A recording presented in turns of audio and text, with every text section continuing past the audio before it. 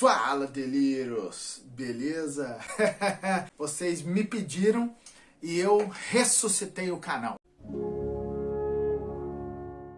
You can't touch this. You can't touch this. E aí, pessoal? Beleza? Aqui é o professor Mauro. Muitos me pediram, né? Então eu decidi ressuscitar o canal. É um canal que eu tinha quando eu estava na pandemia, não tinha contato com os alunos, então gravava os vídeos para eles e mandava aqui por aqui. E muitos deles, eu acho, que nunca assistiram nada. Tá, mas de qualquer modo, eu tô fazendo agora, certo? Então eu trouxe de volta, decidi fazer os vídeos de novo. Por quê? Porque filosofia só tem uma aula por semana, eu quase não vejo vocês quase não me veem. Então, o que eu vou fazer? Como eu planejo a aula mesmo para falar dela aí na escola, dos assuntos que eu falo, eu decidi gravar um complemento das aulas que você vê aí na escola, para você assistir, se você quiser, é claro, né? Essas aulas são praticamente focadas no Enem, certo? Então, na aula de hoje, por exemplo, você vai ver aí, eu fiz um mapa mental, eu não, né? O ChatGPT fez para mim um mapa mental sobre os pré-socráticos, que vai ser o tema da aula de hoje, e eu comento os aspectos principais dos pré-socráticos, depois no final da aula resolvo 4 questões que já caíram em 4 edições passadas do Enem, certo? Então, essa é uma aula focada para o Enem, para a resolução de questões do Enem, né? Resolvo com vocês aquelas questões que já estão ali e explico mais ou menos uns macetes para poder fazer a questão do Enem, porque tem uns detalhes, né? O Enem nunca vai te pedir detalhes específicos sobre filósofos. Ele sempre vai pedir com que você consiga interpretar a questão e conseguir concretizar aquele conhecimento que você aprendeu na sala de aula, certo? Então, por causa disso, eu decidi fazer essas aulas como complemento, né? Porque eu não tenho como ficar indo na escola, não tenho nem tempo para isso, nem espaço para isso aí na escola. E decidi fazer então esses vídeos. A minha ideia é seguir o meu planejamento de história da filosofia. Então, vamos começar com pré-socráticos, depois é capaz de eu fazer um vídeo extra sobre cada ponto, né? Sobre cada matéria. E para quem está no primeiro ano, pode usufruir dessas aulas também para estudar mais o tema. Se quiser, né? Se não quiser, só com a aula da semana você consegue fazer a prova direitinho, beleza? Então, se você tem algum comentário, né, quer pedir um vídeo específico, como um aluno meu pediu no fim de semana, né, sobre a questão do uni, do múltiplo, né, um abraço aí para você, Miguel. É só você pedir aí no comentário, eu vou fazer o vídeo, certo? Espero que você goste da aula, aprenda um pouco mais e vamos lá, né? Filosofia é da hora demais. Vamos lá então para nossa aula, certo? De filosofia. E antes de começar, eu queria mostrar para vocês essa imagem aqui, que é uma consideração de como a filosofia aparece no Enem aqui nesse período de 2009 a 2024, certo? Essa distribuição é uma distribuição por grandes áreas, né? Isso significa que vai mostrar para nós, durante esse período, como que a filosofia aparece, certo?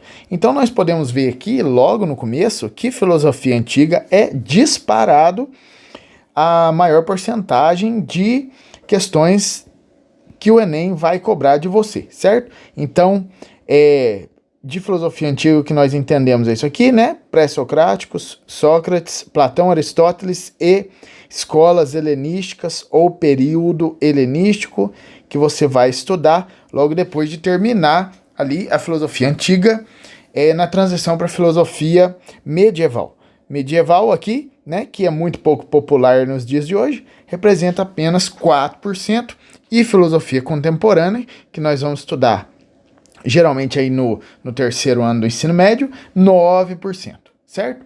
Aqui, né, ramos da filosofia, tá incluso tanto questões de moderna, quanto questões de antiga, quanto questões de contemporânea, certo? E um pouco de medieval, apesar que a medieval ela é muito específica, e quando eu digo específica aqui, eu estou querendo dizer nada mais, nada menos do que cristianismo, certo? Epa, cristianismo, certinho? Então, para você ver como filosofia antiga ela é importante. Aqui, nesse outro infográfico, né, que é um pouco mais visível, é a mesma análise baseada, claro, aqui ó, nesse SAS Educação, certo? É um levantamento cuja fonte está aqui, você pode parar o vídeo aí e pesquisar, né? E tem a atribuição mais detalhada das questões que caem no Enem, certo? Então, para a nossa aula de hoje, nós teremos aqui uma média de 5% aqui, né? 4,47% de filósofos pré-socráticos ou filósofos da physis, né? Que você, se é meu aluno aí, já sabe o que isso significa, certo? Então, vamos lá para o nosso mapa mental sobre filósofos pré-socráticos, certo? Muito bem. Em primeiro lugar, esses filósofos pré-socráticos, eles são considerados os primeiros filósofos da Grécia Antiga, certo? Os primeiros filósofos da Grécia Antiga. Um primeiro comentário aqui é que esses filósofos devem ter aspas, né, bem grandes aqui, porque eles não eram necessariamente filósofos ainda. Eles eram, na verdade, cientistas, certo? Os primeiros cientistas. Eu fui até aqui um pouco na cara do Anaximandro aqui, né, coitado. Mas eles eram cientistas, eles não eram necessariamente filósofos, e é claro que você que já conhece Sócrates sabe muito bem disso, né? Porque Sócrates, ele é diferente. Muito bem, vamos começar aqui então no começo. O que eles são, ou pelo menos o que foram, né? O que eles foram, ou melhor dizendo, quem eles foram. Eles foram filósofos que viveram antes de Sócrates, nem todos, tá? Nem todos viveram antes de Sócrates. A questão de ser um pré-socrático não é uma questão cronológica, certo? É uma questão de profundidade ou complexidade de pensamento, certo? É uma questão de pensamento. Eles são considerados filósofos pré-socráticos porque eles buscavam, é claro, explicar a natureza. E quando nós entendemos natureza, nós entendemos algo que é físico e algo que é material. Você vai ver que isso é muito importante para nós durante essa aula de pré-socráticos. Então, quando se diz que eles eram filósofos pré-socráticos, o que nós estamos querendo dizer é que eles eram filósofos que eles ainda acreditavam que o mundo era físico e material. Eles não admitiam nada imaterial, ou como nós veremos, algo que não é físico, mas que é essa palavra que é muito importante para você, que é diferente ou o contrário do físico, que é metafísico. Metafísico é aquilo que aparentemente existe, aparentemente não é uma boa palavra, né? Que parece que existe, mas que não é físico e não é material também, portanto não é natural nesse sentido, certo? Qual era o objetivo principal aí dos filósofos pré-socráticos?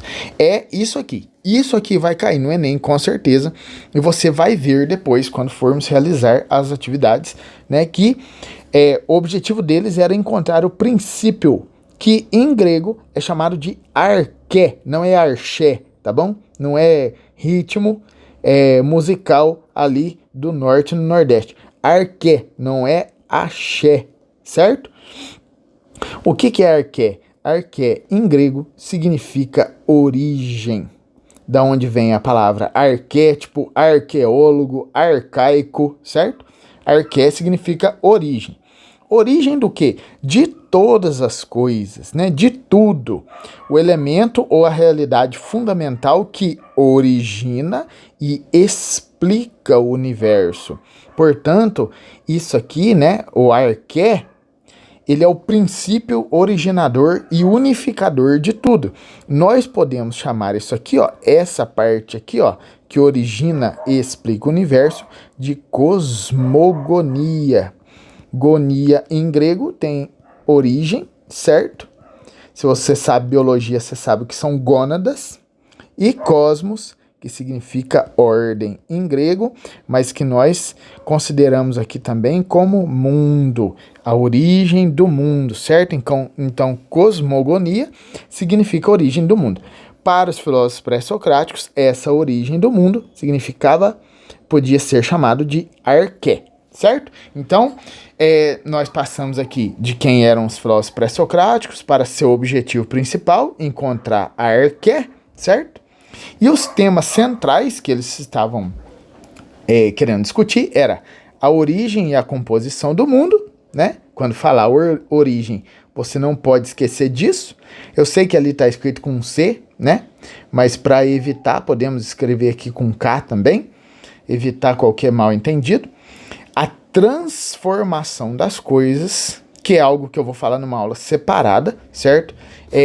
Que existe ali, uma discussão que existe ali entre os primeiros mesmo filósofos, que são o Heráclito e o Parmênides, né? Isso aqui costuma cair no Enem, mas eu vou fazer uma aula específica sobre eles, porque isso aqui é muito importante, certo? A natureza da realidade e a relação do ser humano com o cosmos. Esses são os temas centrais da filosofia pré-socrática, certo? Os principais pré-socráticos são Tales de Mileto, que acreditava que o arqué era a água. O Anaximandro acreditava que era o apeiron, que é algo como indeterminado ou invisível, né? O Heráclito, né, acabei de falar dele, acreditava que era o fogo, certo? Não necessariamente o fogo, mas o calor e mais do que isso, que é o que gera calor, o movimento das coisas, se você preferir, a mudança, né? Tudo que existe muda. O Parmênides, que era aqui, né? Eles eram aqui contrários um ao outro, né? Eles ficavam ali brigando ali no comecinho da Grécia Antiga. Tentei desenhar aqui uma cara nervosa, mas não sou muito bom nisso, certo? Eles brigavam entre si. Brigavam, veja bem, intelectualmente, certo? Ele dizia que era o contrário. Se aqui nós temos o calor e o movimento, aqui para ele o arqué é o ser uno, imutável, ou seja, que não muda, que permanece, certo? Isso aqui será depois transformado e aprofundado por Aristóteles. E indivisível. A ideia do indivisível vai influenciar muito a Demócrito, que provavelmente é o pré-socrático mais conhecido, aí, o mais famoso, mais importante, que vai dizer que tudo é formado por átomos e vazio, certo? Átomos e vazio. Olha como ele estava perto da proposta que nós temos hoje na química, né? Apesar de que átomo aqui não era aquele negocinho, certo? Que tem um núcleo e aí o elétron fica girando em volta ali. Não é exatamente isso não, certo? Átomo aqui significa, em grego, indivisível. Algo que não se divide. Aqui o alfa no grego aqui, ele tem a ideia de negação, certo? Negação. Muito bem. Então, além disso, nós podemos dizer que a importância deles está no fato de que eles romperam com explicações míticas, né? Porque antigamente se explicava a questão com base nos deuses, que é a explicação mítica ou mitológica. Olha, não confunde com mística não, hein? Mística é outra coisa. É mítica, que vem de mito, certo? Mito. Eles também são importantes porque iniciaram uma investigação racional da natureza, e lançaram as bases da ciência, da lógica e da filosofia. Portanto, os pré-socráticos, apesar de não serem necessariamente filósofos, como Sócrates o era, eles lançaram as bases da lógica e da filosofia, certo? Como é que era o método de pensamento dos pré-socráticos? Em primeiro lugar, a contemplação da natureza, certo? Observação. Sabe como é que fala contemplação em grego, né? Observação da natureza? Teoria. Teorem, contemplar o divino, contemplar aquilo que é feito divino no sentido de que existe, mas que não parece que não é feito pelo homem, né? Então seria teoria, contemplar aquilo que é natural, que não é feito pelo homem, certo? Eles perguntavam sobre a realidade, usavam a razão para explicar e não o quê? Lembra aí? E não os mitos, certo? E buscavam por um princípio único que é a arqué. Você não pode esquecer de arqué, não pode. Se esquecer de arqué, vai esquecer, não vai entender o que são os pré-socráticos, certo? Então, eu acho que é isso, né? O legado deles para nós é que suas ideias influenciaram Sócrates, principalmente na busca ali por um princípio das coisas. Só que Sócrates não vai tratar mais daquilo que é físico, certo? Físico é o que? Pré-socrático. Metafísico é filósofo, já é Sócrates, apesar de Sócrates não utilizar esse conceito. Esse conceito é praticamente cunhado depois por Aristóteles, certo? Os pré-socráticos vão influenciar muito os primeiros filósofos, principalmente o Aristóteles. Certinho? Então espero que tenha ficado claro para vocês. Eu vou deixar esse mapa mental bem simples, né? Eu tenho uma versão mais complexa dele. Aqui embaixo na descrição do vídeo para você baixar ele se quiser estudar. Também eu vou deixar lá no canal do WhatsApp, certo? Espero que tenha contribuído para vocês essas aulas. E agora vamos fazer algumas questões sobre pré-socráticos com base nisso aí que nós lemos.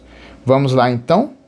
Nós vamos fazer juntos aqui. Eu vou ler com vocês e você vai tentar fazer sozinho aí, certinho? Pausa o vídeo e coloca aquilo que você acha que é a alternativa correta. Então, questão 1 do Enem de 2012. Anaxímenes de Mileto disse que o ar é o elemento originário de tudo que existe. Lembra? Elemento originário, como é que os pré-socráticos chamavam isso? Isso aí, muito bem, de arqué. O elemento originário de tudo que existe. Então, ele disse que o ar, né, que o ar é o elemento originário. Então, o ar para Anaxímenes é arqué. Preste atenção, o Enem nunca vai cobrar de você que você saiba qual pré-socrático disse o quê, né? Tipo, o Tales disse que a água é o elemento originário, é o arqué, ou o Heráclito, né? Você tem que decorar que o Heráclito era o fogo. Ele não vai cobrar de você. O que ele vai cobrar são questões genéricas para você saber o básico sobre pré-socráticos. E o básico sobre pré-socráticos é o quê? A arqué é o princípio unificador de tudo, e esse princípio ele era material, ele era físico, certo? Porque eles estavam preocupados com a natureza. Não é à toa que eles são chamados de filósofos naturalistas ou filósofos da physis, né? Para escrever no grego correto, na physis, certo? Porque é com fi, beleza? Na physis. Então vamos voltar para a questão aqui.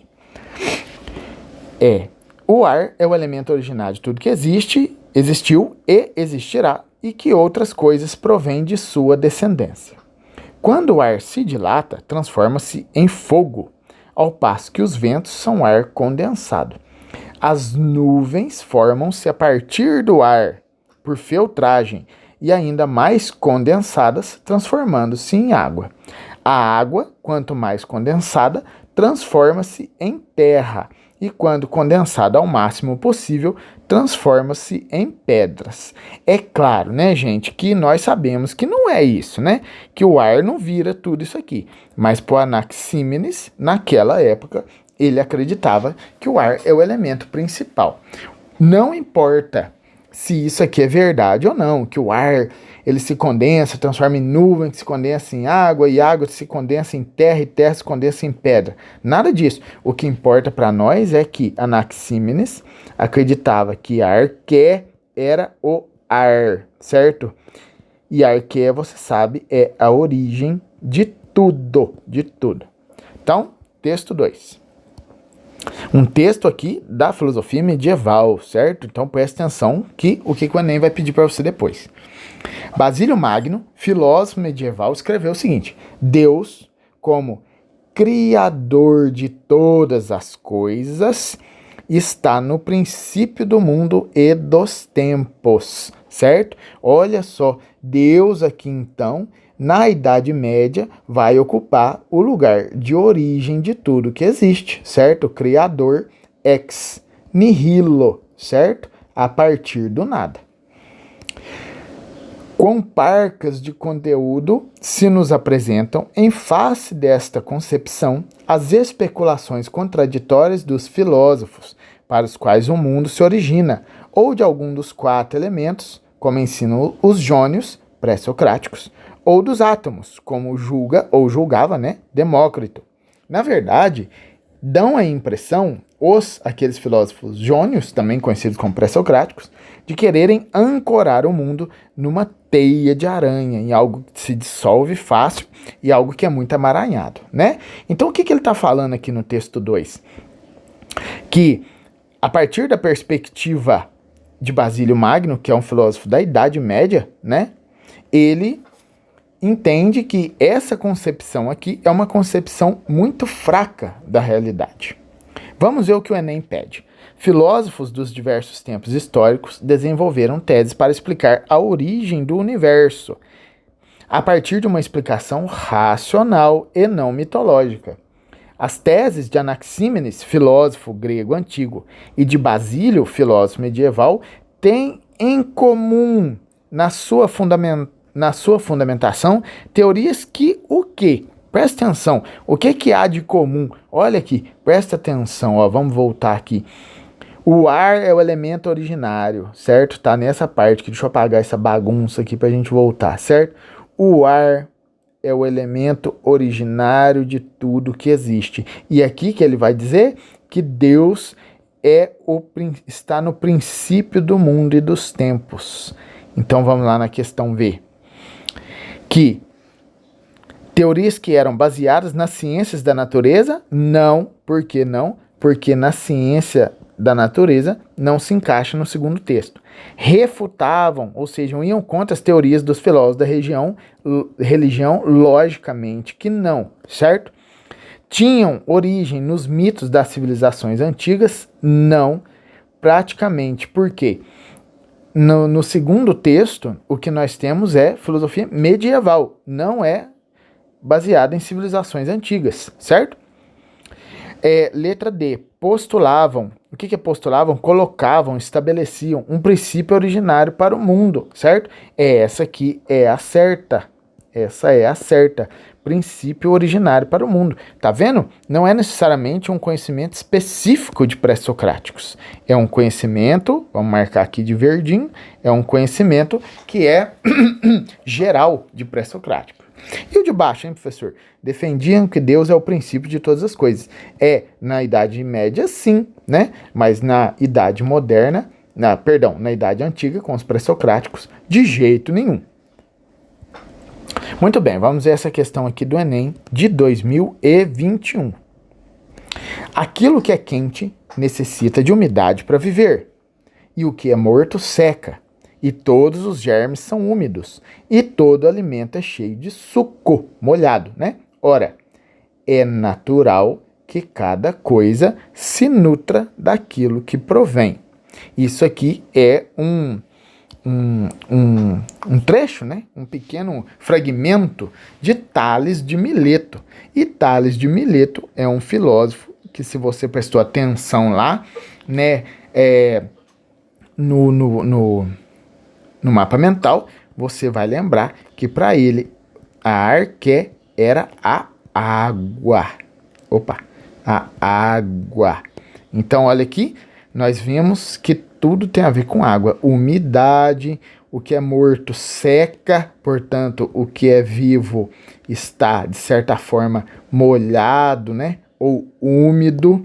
E todos os germes são úmidos e todo alimento é cheio de suco.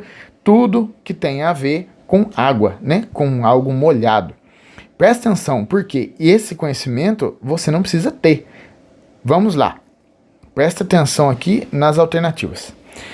O fragmento atribuído ao filósofo Tales de Mileto, pré-socrático, é característico do pensamento pré-socrático ao apresentar o quê? Uma abordagem epistemológica sobre o logos e a fundamentação da metafísica. Ah, professor, não sei o que é epistemológico, não sei o que é logos e não entendi isso aqui, fundamentação da metafísica. Mas você sabe muito bem que metafísica é diferente de física. Portanto, os filósofos pré-socráticos estavam preocupados aqui com o que era natural, certo? Material. Eles não podem estar preocupados com o que não é material, com a metafísica. Portanto, essa aqui está errada. Errada, vamos pôr um X aqui. Letra B, teoria crítica sobre a essência e o método do conhecimento científico. Não, porque o conhecimento científico ainda não estava estabelecido. Isso aqui é filosofia moderna, né? Letra C, justificação religiosa sobre a existência e as contradições humanas. Aonde está o erro? Aqui, ó, justificação religiosa. Não era uma justificação religiosa, eles estavam se afastando da religião, que aqui não é, na época era mitologia, certo?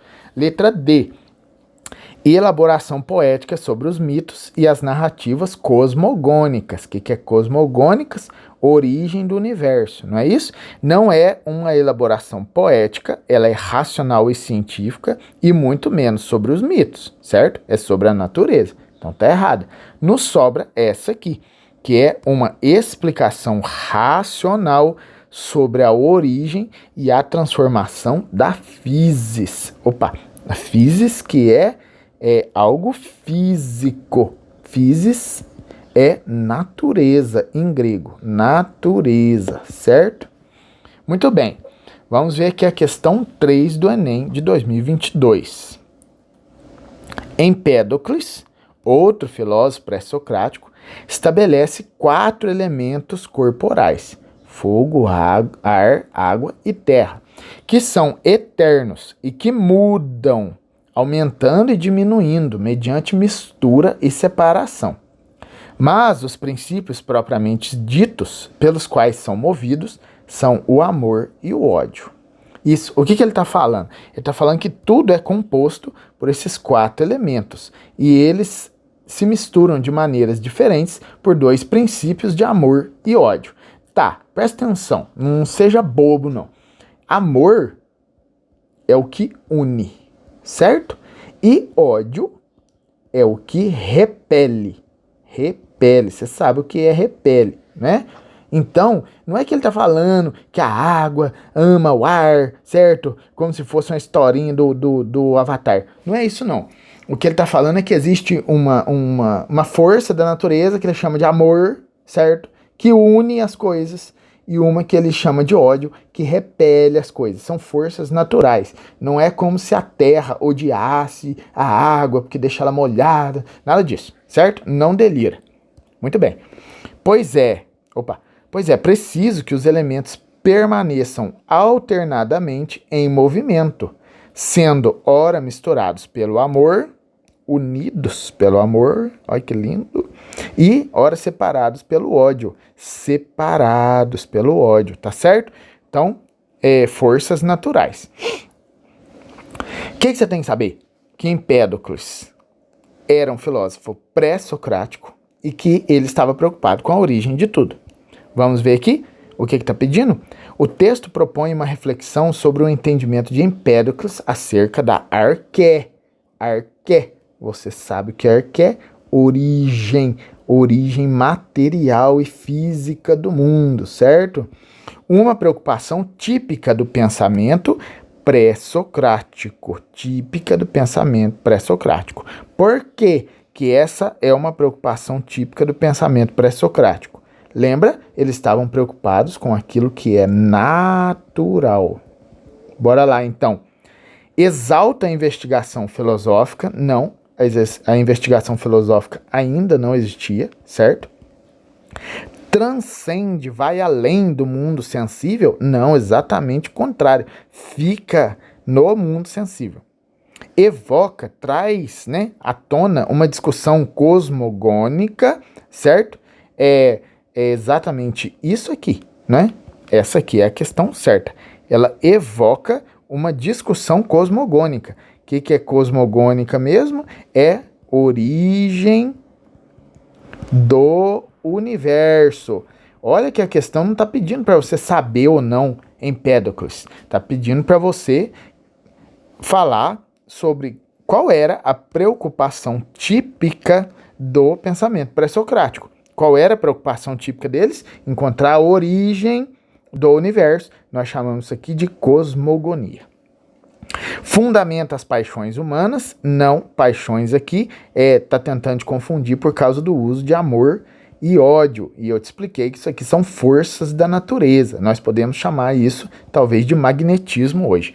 E corresponde à explicação mitológica? Também não, porque eles estavam se afastando da mitologia, certo? Então, vamos agora aqui para a nossa última questão.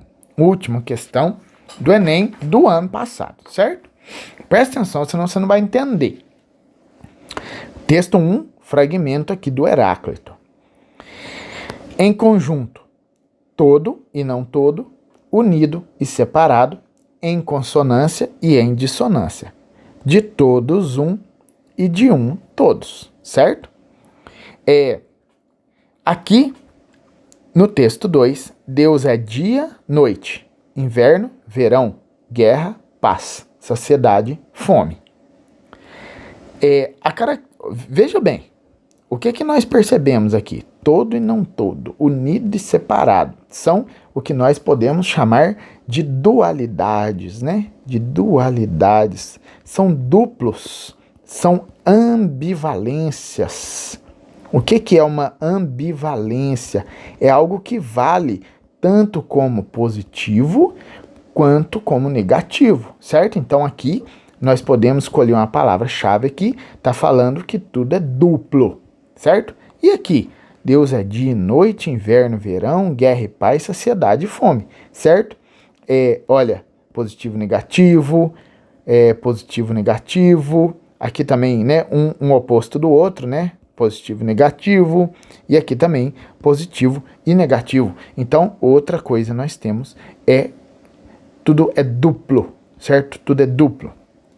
Então vem, a característica do pensamento do filósofo Heráclito, conforme eu falei para vocês, registrada nos fragmentos mencionados, é a ênfase, é a importância do quê, hein? Da qualidade imperecível do mundo. O que é imperecível? É que não se perde, que não acaba. Não, acabamos de ver aqui, né? Guerra e paz. Guerra e paz. Destruição e criação. Então não é essa. Degradação material da natureza. Olha, duplo. Degradação é acabar. Mas não só isso. Ele acaba e é criado novamente. Imobilidade imanente do universo. O que é imobilidade? Algo que está imóvel. O que aqui parece para você nesses fragmentos que ele está imóvel? Não parece. Dia e noite, né? O universo se movimenta. Inverno e verão. O mundo está se movimentando. E distribuição dicotômica do cosmos. Essa aqui, né? A D. Por que essa tá certa? O que é dicotômica? Tá vendo aqui que a questão não é muito... Você mata a questão não tanto com filosofia, mas com português, certo? Interpretação de texto. Dicotomizar é a mesma coisa que dividir, certo? E você divide em coisas que têm duas partes, no mínimo, certo? Então essa tá certa. Desordem incontornável das coisas. Não. Se tudo é duplo, nós temos ordem e desordem. Se você preferir, ordem e caos. Certinho? Então, realizamos aí as atividades dessas questões que caem no Enem. Espero que você tenha aprendido alguma coisa sobre filósofos pré-socráticos e que isso tenha ajudado você a se preparar para o Enem. Beleza? Qualquer dúvida, deixa aí nos comentários, eu respondo para você depois. Me peça alguma questão específica aí que eu falo, beleza? Então, fica assim, por hoje é só e até a nossa próxima aula.